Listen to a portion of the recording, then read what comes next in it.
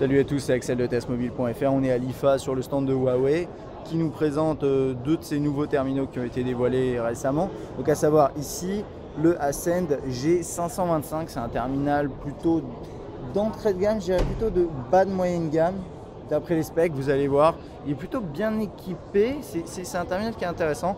On va passer d'abord sur les specs, donc il tourne sur Android Jelly Bean 4.1.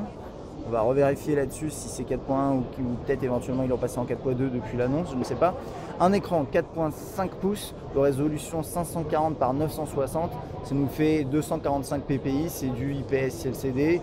Intéressant, c'est du dual SIM. Donc les deux terminaux qui ont été dévoilés récemment, c'est du dual SIM, donc le G700 et le G525. Apparemment, c'est les premiers terminaux dual SIM de Huawei. Bon, en tout cas sous Android, j'imagine. Peut-être qu'il y a du entrée de gamme dual SIM en Chine, je sais pas. J'imagine que oui, quand même. Mais en tout cas, ici, c'est les premiers qu'on voit.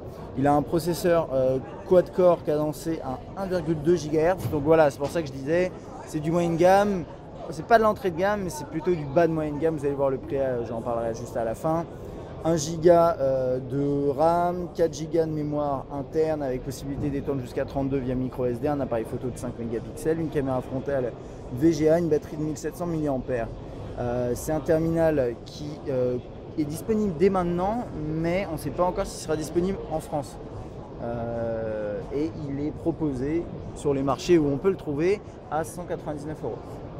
Voilà, donc c'est pas excessivement cher pour un terminal quad-core et ça c'est plutôt intéressant. Alors on va passer rapidement sur le design de la bête. Hop, voilà. Donc à l'avant on a un capteur, la caméra frontale, quelques capteurs, la sortie audio. En bas on a des touches sensibles alors que vous voyez peut-être pas très bien la caméra parce qu'elles sont assez discrètes. Et on a 3 touches sensibles là, juste ici. Sur la droite, alors désolé les couleurs qui viennent de passer à l'orange. Sur la droite on n'a rien. Sur la gauche on a le bouton on-off, verrouiller, déverrouiller et le bouton de volume juste ici. En haut on a le jack 3.5 et ici on a l'appareil photo, donc 5 mégapixels avec le haut-parleur. D'après ce que je voyais, pas de flash.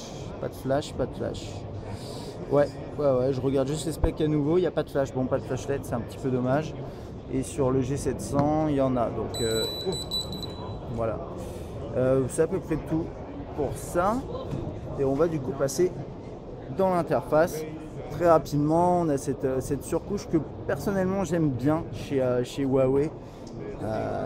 Donc Emotion UI. Avec finalement toujours pas de, enfin ça c'est, vous êtes habitué je pense depuis, mais il n'y a pas de menu. En fait tout se passe via cet écran d'accueil. Désolé pour les changements de couleur, je pense que c'est parce qu'il y a de la lumière autour de nous. Alors on a un écran d'accueil avec différents widgets, notamment ce gros widget là qui permet d'avoir plusieurs widgets incrustés dans le widget. C'est un peu un inception de widgets et c'est assez sympa, ça permet de faire un gros bloc comme ça marche bien. On a également le navigateur web, là, toutes les applications qui se retrouvent là-dedans, mais pas de menu principal comme je vous disais, pas forcément besoin puisque tout est ici. L'album photo où il n'y a rien, l'appareil photo, on va regarder rapidement à quoi ressemble l'interface. Voilà, hop. Quelques options sur le côté qui sont un peu cachées là, hélas.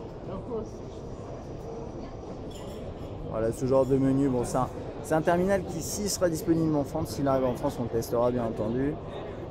Le calendrier. Et c'est à peu près tout. La gestion des SIM, là. On verra ça si on le teste. C'est assez intéressant de voir comment ça fonctionne. Bon voilà pour le reste, hein, c'est du classique, j'ai envie de dire. Il y a un truc que je veux juste voir, voilà, c'est ça. Avec les vignettes, les widgets, les transitions, le fond d'écran. Et normalement, on a aussi la possibilité, voilà, avec cette surcouche, d'accéder à des thèmes. Alors là, je ne crois pas qu'ils soient connectés sur Internet, donc on ne pourra pas forcément les voir. Mais vous avez toute une série de thèmes. Voilà. Donc ça, c'était pour notre petite présentation du Ascend G525. Donc c'est un terminal qui arrivera peut-être en France, on ne sait pas encore, et qui est en tout cas proposé à 199 € nu actuellement. Voilà. À bientôt.